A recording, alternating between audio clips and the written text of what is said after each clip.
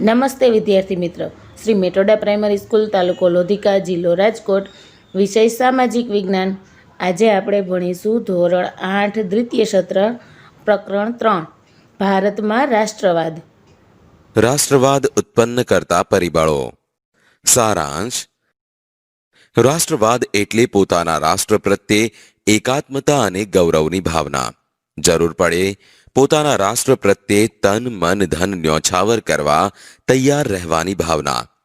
આધુનિક રાષ્ટ્રવાદનો સૌપ્રથમ ઉદ્ભવ યુરોપમાં થયો હોવાથી નવજાગૃતિ, ધર્મ સુધારણા, અમેરિકા અને ફ્રાન્સની ક્રાંતિઓ, ઇટલી અને જર્મનીનું એકીકરણ વગેરે પરિબળોએ યુરોપમાં રાષ્ટ્રવાદનો ફેલાવો કરવામાં મહત્વની ભૂમિકા ભજવેલી છે. બ્રિટિશરોના સંપર્કના પરિણામે ભારતીયોના રાજકીય, સામાજિક, ધાર્મિક અને આર્થિક દૃષ્ટિકોણમાં ફેરફાર થયા. સૈદ્ધાંતિક સમજ. 1. રાજકીય. અંગ્રેજોના શાસન પહેલા આપણા દેશમાં રાજકીય એકતાનો અભાવ હોવાથી ભારત નાના મોટા રજવાડામાં વહેંચાયેલું હતું. આમ અંગ્રેજોએ ભારતના ઘણા રાજવીઓને હરાવીને મોટા ભાગના ભારત ઉપર પ્રત્યક્ષ કે પરોક્ષ રીતે અંકુશ સ્થાપ્યો અને એક સરખું વહીવટી તંત્ર અમલમાં મૂક્યો. 2. આર્થિક. અંગ્રેજો ભારતમાંથી કાચો માલ ઇંગ્લેન્ડ લઈ જતા અને ત્યાં ઉત્પાદિત કરેલો તૈયાર માલ ભારતના બજારોમાં વેચતા. ઇંગ્લેન્ડ તરફથી ભારત આવતા માલ પર નજીવી જકાત લેવાતી, જ્યારે હિન્દમાં ઉત્પન્ન થતા તૈયાર માલ ઉપર વધુ જકાત લેવાતી. પરિણામે ભારતમાં ઉત્પન્ન થયેલો માલ મોંઘો પડતો. આમ આ હરીફાઈમાં ભારતના હસ્ત ઉદ્યોગ ટકી શક્યા નહીં.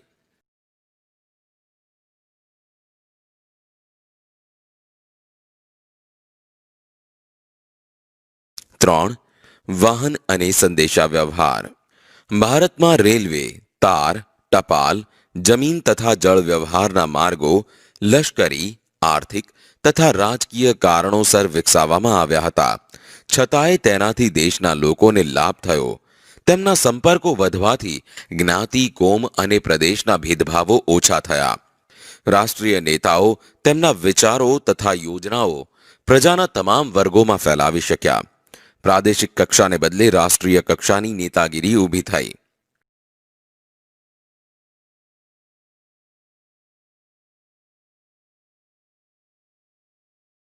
4. શિક્ષણ અને સાહિત્ય.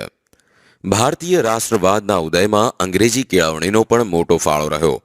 વિશ્વનું ઘણું બધું સાહિત્ય અંગ્રેજીમાં હોવાથી આપણા દેશના લોકો અંગ્રેજી ભાષા શીખ્યા. આ કારણે અમેરિકન સ્વાતંત્ર્ય સંગ્રામમાંથી લોકશાહીની તથા ફ્રાન્સની ક્રાંતિમાંથી સ્વતંત્રતા, સમાનતા અને બંધુત્વની ભાવનાની પ્રેરણા મળી. દેશની પ્રાદેશિક ભાષાઓમાં નવલકથાઓ, નાટકો, વાર્તાઓ, કાવ્યો અને ગીતો વગેરે લખાયા, જેણે રાષ્ટ્રભક્તિનો સંદેશ આપ્યો.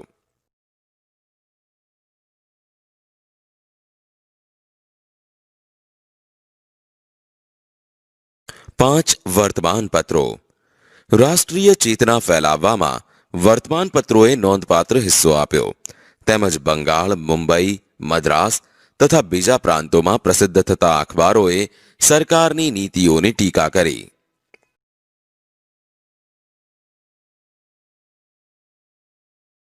6. ભારતનો ભવ્ય વારસો. પાશ્ચાત્ય પુરાતત્વવિદ એટલે કે એલેક્ઝાન્ડર કનિંઘહામ તથા તેના મદદનીશોએ ભારતના અનેક પ્રાચીન સ્થળોએ ખોદકામ કર્યા. ભગવાનલાલ ઇન્દ્રજી જેવા ભારતીય પુરાતત્વવિદોએ પણ અનેક પુરાણા અવશેષો શોધી ભારતીયોને દેશની સંસ્કૃતિની ભવ્યતાનો ખ્યાલ આપ્યો. હિન્દી રાષ્ટ્રીય મહાસભાની સ્થાપના. સારાંશ. હિન્દી રાષ્ટ્રીય મહાસભાની સ્થાપનામાં જુદા જુદા પરિબળો તથા કેટલીક પ્રાદેશિક સંસ્થાઓ જેમ કે Bengal British Indian society, Kolkata, Madras native Sabha, Chennai Indian association, Kolkata, Bombay association, Mumbai, Sarvajanik Sabha, Pune વગેરેનો પણ ફાળો હતો.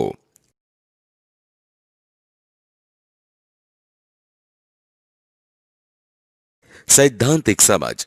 સર એલન ઓક્ટેવિયન હ્યુમ નામના નિવૃત્ત અંગ્રેજ અધિકારીને ખાતરી થઈ ચૂકી હતી કે બ્રિટિશ સામ્રાજ્ય ઉપરથી દેખાય એટલું સલામત નથી. આમ 1857ના સ્વાતંત્ર્ય સંગ્રામની ઘટના ફરીથી ન બને તે માટે બંધારણીય સંસ્થા સ્થાપવાનો વિચાર તત્કાલીન વાઇસરોય ડફરીનને સમજાવી કરવામાં આવ્યો.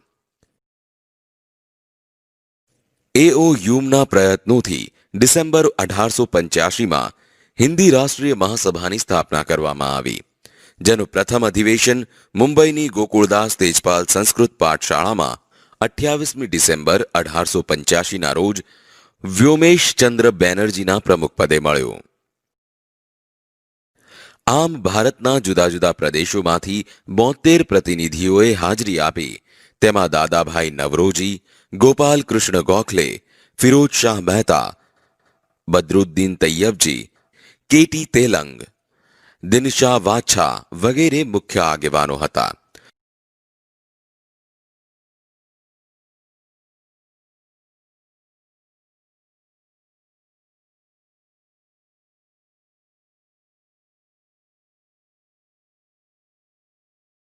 બીજું અધિવેશન 1886માં દાદાભાઈ નવરોજીના પ્રમુખપદે મળ્યો, જેની સભ્ય સંખ્યા 432 હતી.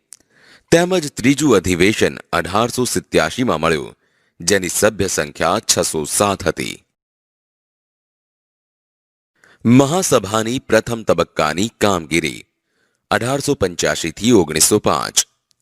મહાસભાની પ્રથમ કામગીરી બંધારણીય હોવાથી સરકાર સમક્ષ રાજકીય હકો, આર્થિક અને સામાજિક વિકાસ અને શૈક્ષણિક પ્રગતિ માટે કરેલી માંગણીઓને અંગ્રેજ સરકારે અવગણી હતી.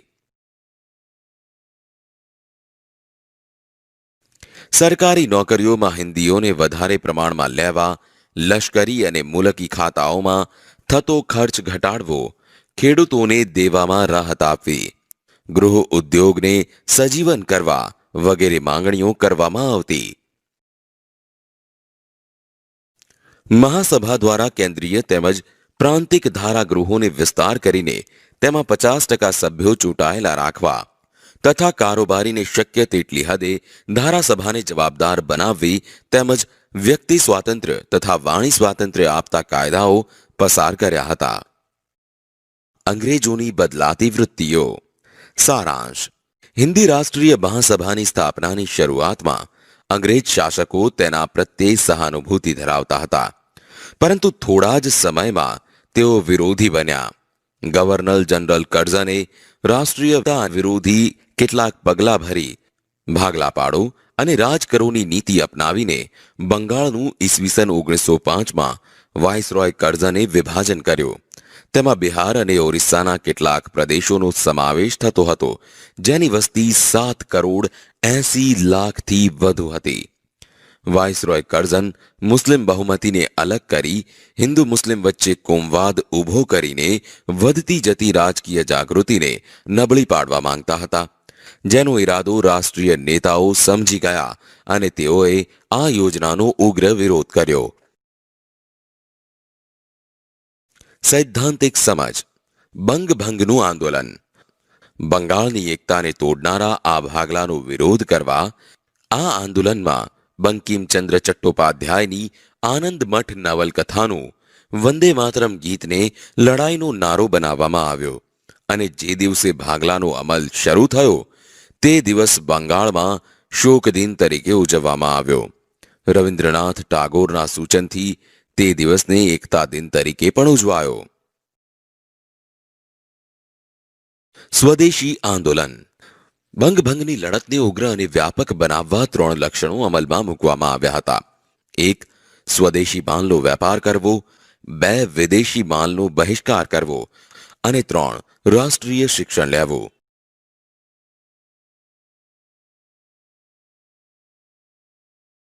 આ ઉદ્દેશોને હાંસલ કરવા બંગાળના લોકોએ એક લડત સમિતિની રચના કરી, જેમાં સુરેન્દ્રનાથ બેનર્જી, બિપિનચંદ્ર પાલ અને અરવિંદ ઘોષ જેવા કોંગ્રેસના આગળ પડતા નેતા હતા. વર્તમાન પત્રોના લખાણો, સરઘસો, જાહેર સભાઓ અને લોકગીતો દ્વારા સ્વદેશીનો પ્રચાર કરવામાં આવ્યો. પરિણામે ઇંગ્લેન્ડથી આયાત થતા કાપડ, મીઠું, ખાંડ, બૂટ, તમાકુ વગેરેની આયાતો ઘટી. માં બનેલા કાપડ અને અન્ય ચીજ વસ્તુઓનું વેચાણ વધ્યું.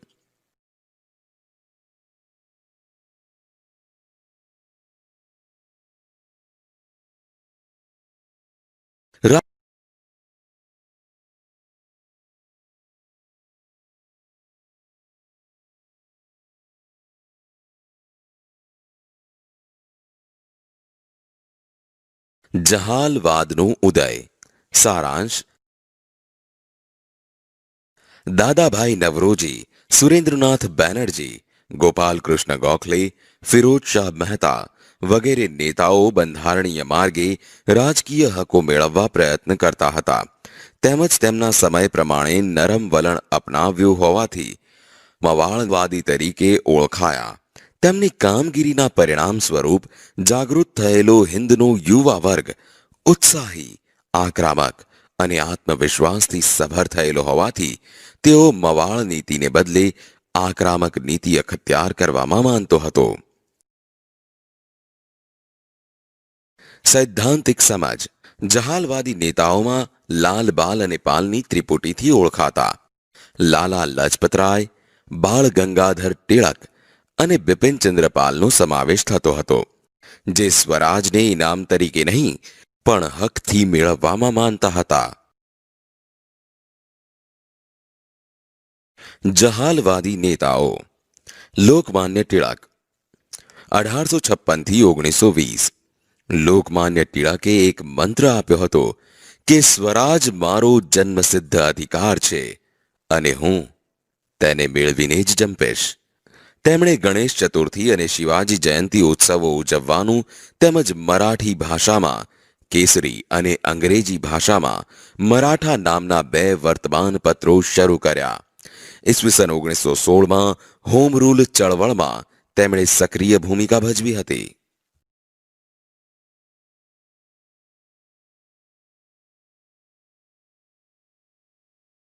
લાલા લજપતરાય 1856 થી 1928. લાલા લજપતરાય શેરે પંજાબ તરીકે જાણીતા બન્યા હતા.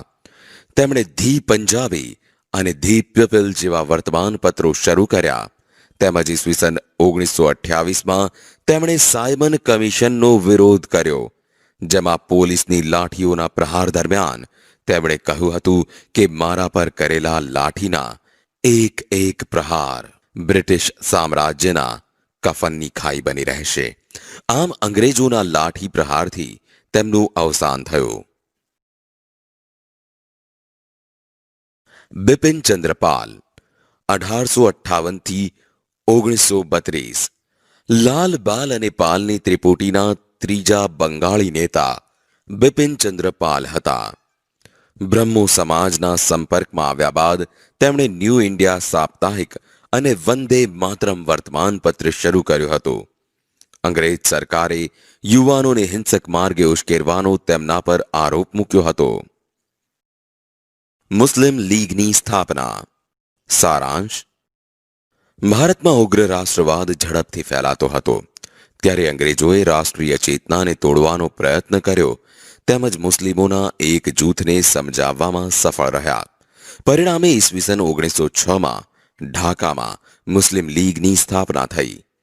આ સંસ્થાની સ્થાપનામાં મુસ્લિમોના ધાર્મિક વડા આગા ખાન, ઢાકાના નવાબ સલીમુલ્લાહ ખાન, વાઇસરોય મિન્ટો અને તેના ખાનગી મંત્રી ડનલોપ સ્મિથે મહત્વની ભૂમિકા ભજવી હતી. સૈદ્ધાંતિક સમજ. હોમ રૂલ આંદોલન 1916. એપ્રિલ 1916માં બાળ ગંગાધર ટિળકે પૂનામાં ઇન્ડિયન હોમ રૂલ લીગની સ્થાપના કરી અને જાહેર કર્યું કે સ્વરાજ મારો જન્મસિદ્ધ હક છે અને હું તેને મેળવીને જ જંપીશ. આમ ત્યારે તેમને લોકમાન્ય તરીકે બિરદાવવામાં આવ્યા. એની બેસન્ટે મદ્રાસમાં સપ્ટેમ્બર 1916માં હોમ રૂલ લીગની સ્થાપના કરી, જેનો હેતુ બંધારણીય માર્ગે હોમ રૂલ મેળવવાનો હતો. તેમજ તેણે તેના સાપ્તાહિક ધી કોમનવેલ્થ અને દૈનિક ન્યૂ ઇન્ડિયામાં લેખો લખ્યા.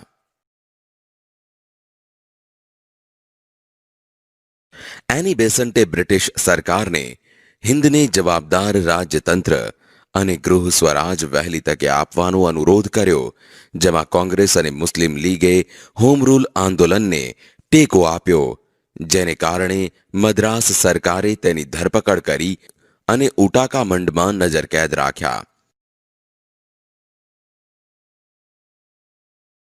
એની બેસન્ટને મુક્ત કરાવવા દેશમાં સભાઓ અને સરઘસો દ્વારા ઠેર ઠેર વિરોધ વ્યક્ત કરવામાં આવ્યો અને અંતમાં તેમને છોડી દેવામાં આવ્યા. તેમને ડિસેમ્બર 1917માં કોલકાતા મુકામે ભરાયેલા કોંગ્રેસના અધિવેશનમાં સૌ પ્રથમ મહિલા પ્રમુખ તરીકે પસંદ કરવામાં આવ્યા હતા. લખનૌ કરાર. ઈસવીસન 1915માં કોંગ્રેસ અને મુસ્લિમ લીગે એક સાથે મુંબઈમાં અધિવેશન ભર્યું. એક વર્ષ પછી કોંગ્રેસ અને મુસ્લિમ લીગે તેમના વાર્ષિક અધિવેશન એક સાથે લખનૌમાં રાખ્યા, જેમાં લોકમાન્ય ટિળકે હાજરી આપી. ઈસવીસન 1907માં સુરત કોંગ્રેસ અધિવેશનમાં મવાળવાદી તથા જહાલવાદી જૂથ અલગ પડ્યા, જે હવે એક થઈ ગયા હતા. કોંગ્રેસ અને મુસ્લિમ લીગના નેતાઓએ ઈસવીસન 1916માં લખનૌ મુકામે સમજૂતી કરીને કરાર કર્યા, જે કરાર લખનૌ કરાર તરીકે જાણીતો થયો. સુભાષચંદ્ર બોઝ અને આઝાદ હિન્દ ફૌજ. સારાંશ. સુભાષચંદ્ર બોઝનો જન્મ 23મી જાન્યુઆરી 1897ના રોજ ઓડિશાના કટક મુકામે થયો હતો. તેમની માતાનું નામ પ્રભાવતી અને પિતાનું નામ જાનકીનાથ બોઝ હતું. બાળપણથી જ તેઓ તીવ્ર બુદ્ધિ પ્રતિભા ધરાવતા હોવાથી ઈસવીસન 1920માં લંડનમાં આઈસીએસની પરીક્ષામાં ચોથા નંબરે પાસ થયા. ભારતમાં આવ્યા પછી હિન્દી રાષ્ટ્રીય મહાસભામાં જોડાયા અને સ્વાતંત્ર્ય ચળવળોમાં ભાગ લીધો, જેમાં 11 વખત રાજકીય કેદી તરીકે પકડાયા. ત્યારબાદ ઈસવીસન 1938માં હરિપુરા કોંગ્રેસ અધિવેશનમાં સુભાષચંદ્ર બોઝ કોંગ્રેસના પ્રમુખ બન્યા, તેમજ ઈસવીસન 1939માં ત્રિપુરામાં મળેલા કોંગ્રેસ અધિવેશનમાં બીજી વાર પ્રમુખ બન્યા, પરંતુ કેટલાક મતભેદોને કારણે તેમણે પ્રમુખ પદેથી રાજીનામું આપ્યું.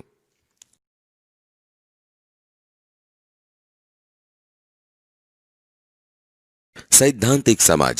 મે 1939માં સુભાષચંદ્ર બોઝે ફોરવર્ડ બ્લોક નામના નવા રાજકીય પક્ષની રચના કરી. બીજી બાજુ યુરોપમાં દ્વિતીય વિશ્વયુદ્ધ શરૂ થતા ફોરવર્ડ બ્લોકે યુદ્ધ વિરોધી પ્રચાર શરૂ કર્યો. સુભાષચંદ્ર અને તેમના સાથીઓને સરકારે જેલમાં પૂર્યા, જેથી સુભાષચંદ્ર બોઝ ઉપવાસ પર ઉતર્યા, પરંતુ તેમની તબિયત લથડતા સરકારે જેલમાંથી મુક્ત કર્યા અને તેમના જ મકાનમાં નજરકેદ રાખ્યા. 17મી જાન્યુઆરી 1941ના રોજ મધ્યરાત્રિએ સુભાષચંદ્ર બોઝ વેશ પરિવર્તન કરી પેશાવર, કાબુલ અને મોસ્કો થઈ બર્લિન ગયા, જ્યાં તેના રેડિયો પરના પ્રવચન સાંભળી અંગ્રેજ સરકાર ચોંકી ઉઠી અને ત્યારબાદ સુમાત્રા થઈને જાપાન ગયા.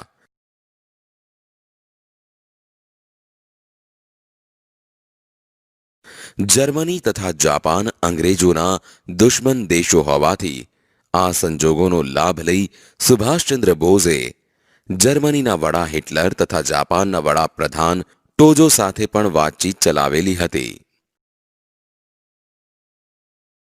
આઝાદ હિન્દ ફૌજના સુકાની પદે. બ્રિટિશ લશ્કરના ભારતીય અમલદાર કેપ્ટન મોહનસિંગે જાપાનને શરણે ગયેલા ભારતીય સૈનિકોમાંથી આઝાદ હિન્દ ફૌજની રચના કરી, પરંતુ જાપાન સરકાર તથા રાસબિહારી બોઝ વચ્ચે મતભેદ થતા તેમણે રાજીનામું આપવાની ફરજ પડી.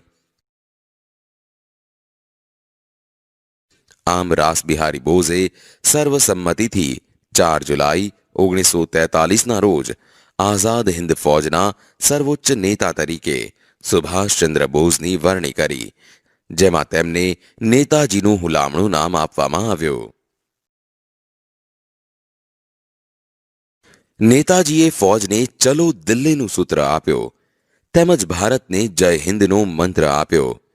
તેમણે દક્ષિણ પૂર્વ એશિયાના દેશોનો પ્રવાસ કરીને ત્યાંના ભારતીયો પાસે માતૃભૂમિની સ્વતંત્રતા માટે તેમના સર્વસ્વનું બલિદાન આપવાની માંગણી કરી, જેમાં તેમણે તુમ મુझे खून दो मैं तुम्हें आजादी दूंगा ના સૂત્ર દ્વારા આઝાદી માટે આહવાન કર્યું. કામ ચલાઉ સરકાર.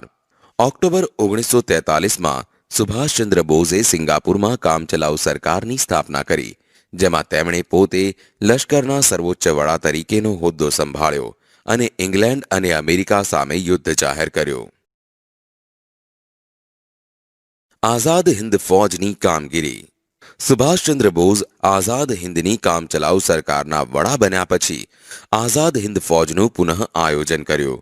તેમણે આઝાદ હિંદ ફૌજમાં 4 લશ્કરી ટુકડીઓ ઊભી કરેલી, જેના નામ તેમણે ગાંધી, સુભાષ, નહેરુ અને આઝાદ આપેલા. આઝાદ હિંદ ફૌજે ભારતની પૂર્વ સરહદે આરાકાન અને ઇમ્ફાલ વિભાગમાં કેટલાક વિજયો મેળવ્યા, પરંતુ પુરવઠાની ભયંકર તંગી અને ભારે વરસાદના કારણે ફૌજને પીછેહટ કરવી પડી.